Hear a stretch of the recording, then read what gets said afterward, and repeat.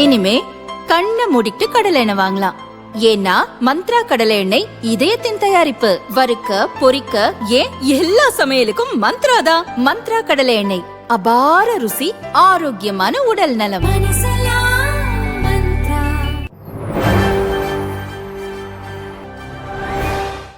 ஜீப்பில் கட்டுக்கட்டாக பணம், 5 கோடி ரூபாய் பறிமுதல். தேர்தல் பறக்கும் படை அதிரடி.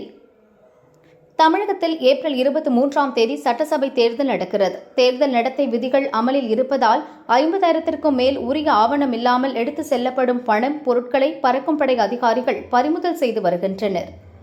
திருவள்ளூர் மாவட்டம் மதுரவாயல் சட்டசபை தொகுதிக்குட்பட்ட வானகரம் அம்பத்தூர் சர்வீஸ் சாலையில் நேற்றிரவு பறக்கும் படை அதிகாரிகள் வாகன சோதனையில் ஈடுபட்டனர். அப்போது அவ்வழியாக வந்த வாகனத்தை நிறுத்தி சோதனை செய்தனர். அதில் 5 கோடி ரூபாய் பணம் கொண்டு செல்லப்பட்டது தெரியவந்தது. அந்த பணம் பல்வேறு டாஸ்மாக் கடைகளில் இருந்து வசூலிக்கப்பட்ட கலெக்ஷன் பணம் என்று வாகனத்தில் வந்தவர்கள் தெரிவித்தனர். ஆனால் பணத்திற்கு உரிய ஆவணங்கள் இல்லாததால் பணத்தை மதுரவாயல் வட்டாட்சியர் அலுவலகத்தில் பறக்கும் படை அதிகாரிகள் ஒப்படைத்தனர். இதுகுறித்து வருமான வரித்துறைக்கும் தகவல் தெரிவிக்கப்பட்டது.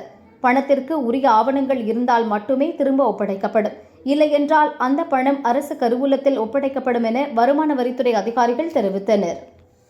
மோடியுடன் இணைந்து பணியாற்ற நேபாள பிரதமர் விருப்பம்.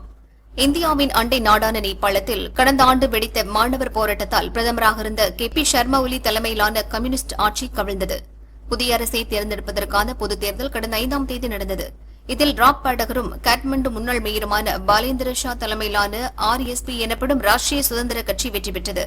நேற்று பிரதமராக பாலேந்திர ஷா பதவியேற்றார். அவருக்கு பிரதமர் மோடி வாழ்த்துச் செய்தி அனுப்பினார். இந்நிலையில் நேபாள பிரதமர் பாலேந்திர ஷா வெளியிட்டுள்ள பதிவில், எனக்கு வாழ்த்துக்கள் தெரிவித்த பிரதமர் மோடிக்கு நன்றி. மக்களின் வளர்ச்சிக்காகவும் இரு நாடுகளுக்கும் இடையிலான உறவுகளை மேலும் வலுப்படுத்தவும் உங்களுடன் இணைந்து நெருக்கமாக பணியாற்ற நான் ஆவலுடன் உள்ளேன் என்று கூறியுள்ளார். 11 தொகுதிகளில் நிற்கும் அமமுக வேட்பாளர்கள் அறிவிப்பு. அதிமுக கூட்டணியில் அமமுகவுக்கு 11 தொகுதிகள் ஒதுக்கப்பட்டுள்ளது. கட்சியின் பொதுச் செயலாளர் TTV தினகரன் வேட்பாளர் பட்டியலை இன்று வெளியிட்டார். தேசிய ஜனநாயக கூட்டணியில் அம்மா மக்கள் முன்னேற்ற கழகம் போட்டியிடுகின்ற 11 தொகுதியின் வேட்பாளர்களை இப்பொழுது உங்களிடம் வாசிக்கின்றேன். சைதாப்பேட்டையில் செந்தமிழன், திருச்சி மேற்கில் ராஜசேகரன், பெரியகுளத்தில் டாக்டர் கதிர்காமு, மடத்துக்குளத்தில் சண்முகவேலு, திருப்பத்தூரில் ஞானசேகரன், காரைக்குடியில் தேர்போகி பாண்டி, நாங்குநேரியில் இசக்கி முத்து, பெரியகுளத்தில் கதிர்காமு, மன்னார்குடியில் S காமராஜ், திருவையாறில் கார்த்திகேயன், பூந்தமல்லியில் ஏழுமலை போட்டியிடுவர் என தினகரன் கூறினார். மதுரை மத்திய தொகுதியில் டைரக்டர் சுந்தர் சி போட்டி. அதிமுக பாஜக கூட்டணியில் புதிய நீதி கட்சி இடம்பெற்றுள்ளது.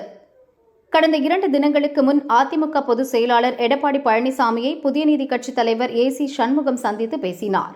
அப்போது புதிய நீதி கட்சிக்கு 2 தொகுதி வழங்க முடிவு செய்யப்பட்டது.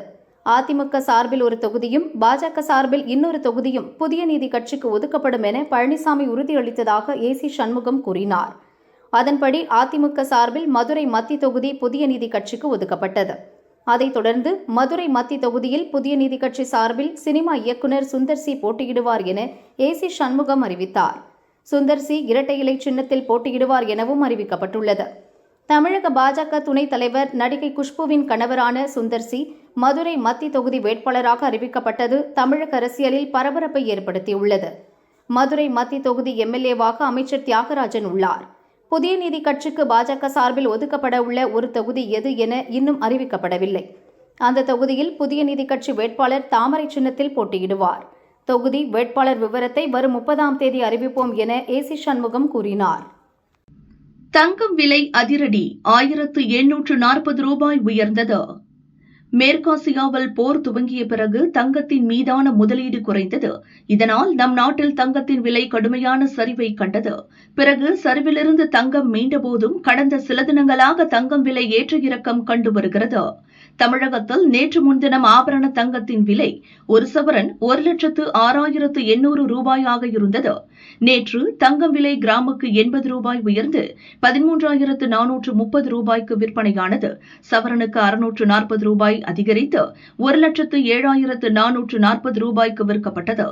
இன்று 22 கேரட் ஆபரண தங்கத்தின் விலை சவரனுக்கு 1840 ரூபாய் அதிகரித்து 1,09,280 ரூபாய்க்கு விற்பனையாகிறது. கிராமுக்கு 230 ரூபாய் உயர்ந்து 13,660 ரூபாய்க்கு விற்பனை செய்யப்படுகிறது. வெள்ளி விலை கிராமுக்கு ரூபாய் 5 உயர்ந்து 1 கிராம் 250 ரூபாய்க்கும், கிலோவுக்கு 5,000 ரூபாய் உயர்ந்து 1 கிலோ 2,50,000 ரூபாய்க்கும் விற்பனை செய்யப்படுகிறது. பேரூர் பட்டீஸ்வரர் தேரோட்டம் இந்த ஆண்டு நடக்குமா? சிவபக்தர்கள் தர்ணா.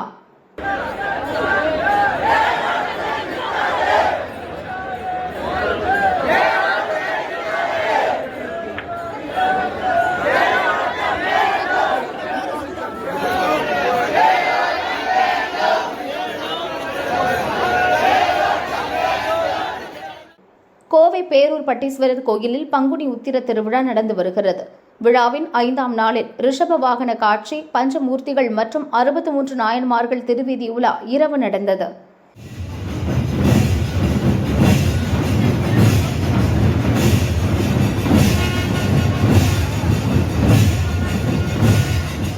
திருவிழாவுக்கு முன்பாக தேர் பராமரிப்பு பணிகள் முடிந்து பக்தர்கள் புடைசூழ வெள்ளோட்டம் பார்க்கப்பட்டது.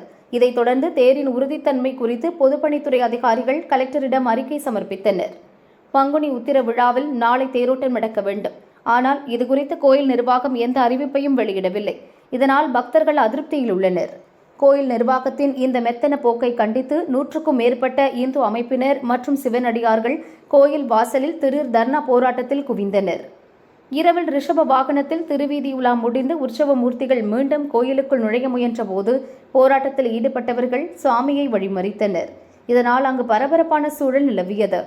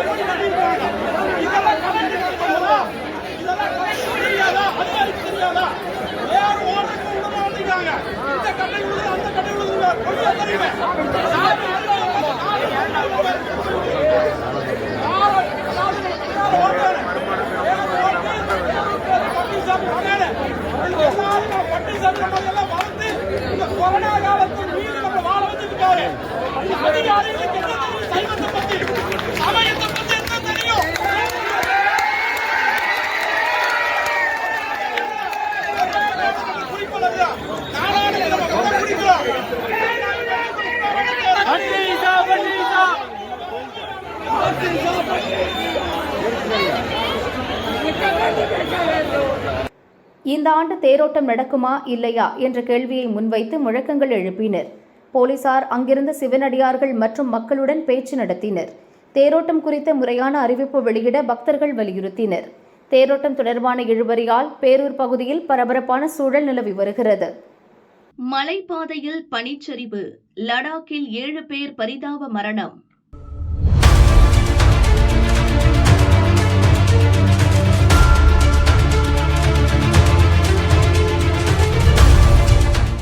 இமயமலையில் காஷ்மீர் பள்ளத்தாக்கை லடாக்குடன் இணைக்கும் உயரமான மலைப்பாதைதான் சோஜிலா கணவாய். இது ஸ்ரீநகர் மற்றும் லே இடையிலான தேசிய நெடுஞ்சாலையில் சுமார் 3528 மீட்டர் உயரத்தில் அமைந்துள்ளது. இந்த சோஜிலா கணவாய்தான் லடாக்கிற்கான பொது போக்குவரத்துக்கான சாலையாகும். செங்குத்தான குறுகிய சாலைகளை கொண்ட இந்த கணவாயில் கடுமையான பனிப்பொழிவும் அடிக்கடி பனிச்சரிவும் ஏற்படுவது வழக்கம். இந்த நிலையில் இங்குள்ள 0 பாயிண்ட் மற்றும் மினி மார்க் இடையேயான பகுதிகளில் நேற்று அடுத்தடுத்து பனிப்பாறை சரிவு ஏற்பட்டது. அப்போது அந்த வழியாக சென்று கொண்டிருந்த 15க்கும் மேற்பட்ட வாகனங்கள் பனிச்சரிவில் சிக்கிக் கொண்டன. சில வாகனங்கள் பனிக்குள் முழுமையாக புதைந்தன. இதனால் வாகனங்களில் சென்றவர்கள் பனிக்குவியலில் சிக்கிக் கொண்டனர். தகவல் அறிந்து விரைந்து சென்ற போலீசார் ராணுவ வீரர்கள் உதவியுடன் மீட்புப் பணிகளில் ஈடுபட்டனர். வாகனங்களை மூடிய பனியை அகற்றி அதில் சிக்கியவர்களை மீட்கும் பணி நடைபெற்றது. ஆனாலும் இந்த பனிச்சரிவில் சிக்கி 7 பேர் உயிரிழந்தனர். இதில் 2 பெண்கள், 1 குழந்தையும் அடக்கம். 7 பேரின் உடல்கள் மீட்கப்பட்டன. காயத்துடன் போராடி கொண்டிருந்த 5 பேர் மீட்கப்பட்டு மருத்துவமனையில் அட்மிட் செய்யப்பட்டனர். பனிச்சரிவில் 7 பேர் உயிரிழந்த செய்தி ஆழ்ந்த வருத்தத்தை தந்ததாக மத்திய அமைச்சர் ஜிதேந்திர சிங் தெரிவித்துள்ளார். உயிரிழந்தோரின் குடும்பத்தினருக்கு ஆழ்ந்த இரங்கலையும் தெரிவித்துள்ளார். பனிச்சரிவு காரணமாக ஸ்ரீநகர் மற்றும் லே இடையிலான தேசிய நெடுஞ்சாலை தற்காலிகமாக மூடப்பட்டுள்ளது.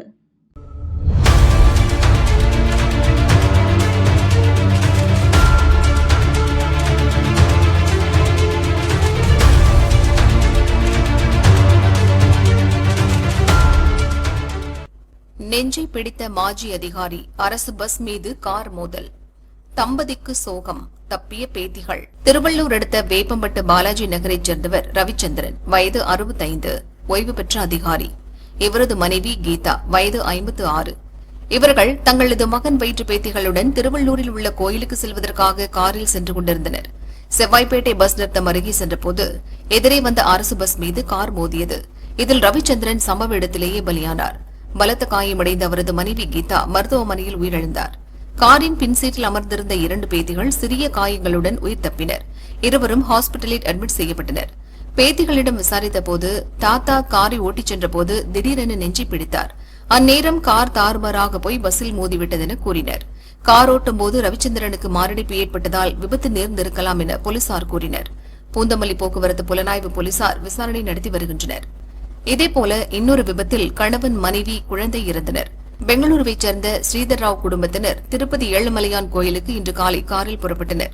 ஆந்திர மாநிலம் சித்தூர் மாவட்டம் சேஷபுரத்தில் சென்றபோது சாலையோரம் நிறுத்தப்பட்டிருந்த ஆந்திர அரசு பஸ்ஸின் பின்னால் கார் பயங்கரமாக மோதியது. இதில் ஸ்ரீதர் ராவ், அவரது மனைவி லட்சுமி, 4 வயது மகள் ஆத்விகா ஆகியோர் அதே இடத்தில் உடல் நசுங்கி உயிரிழந்தனர். கார் டிரைவர் பலத்த காயமடைந்து உயிருக்கு போராடினார். பஸ்ஸின் பின்னால் சிக்கிக் கொண்ட காரை ஜேசிபி மூலம் இழுத்து மீட்டு டிரைவரை காப்பாற்றி சிகிச்சைக்காக மருத்துவமனைக்கு அனுப்பி வைத்தனர். இறந்த 3 உடல்கள் சித்தூர் அரசு மருத்துவமனைக்கு அனுப்பி வைக்கப்பட்டன.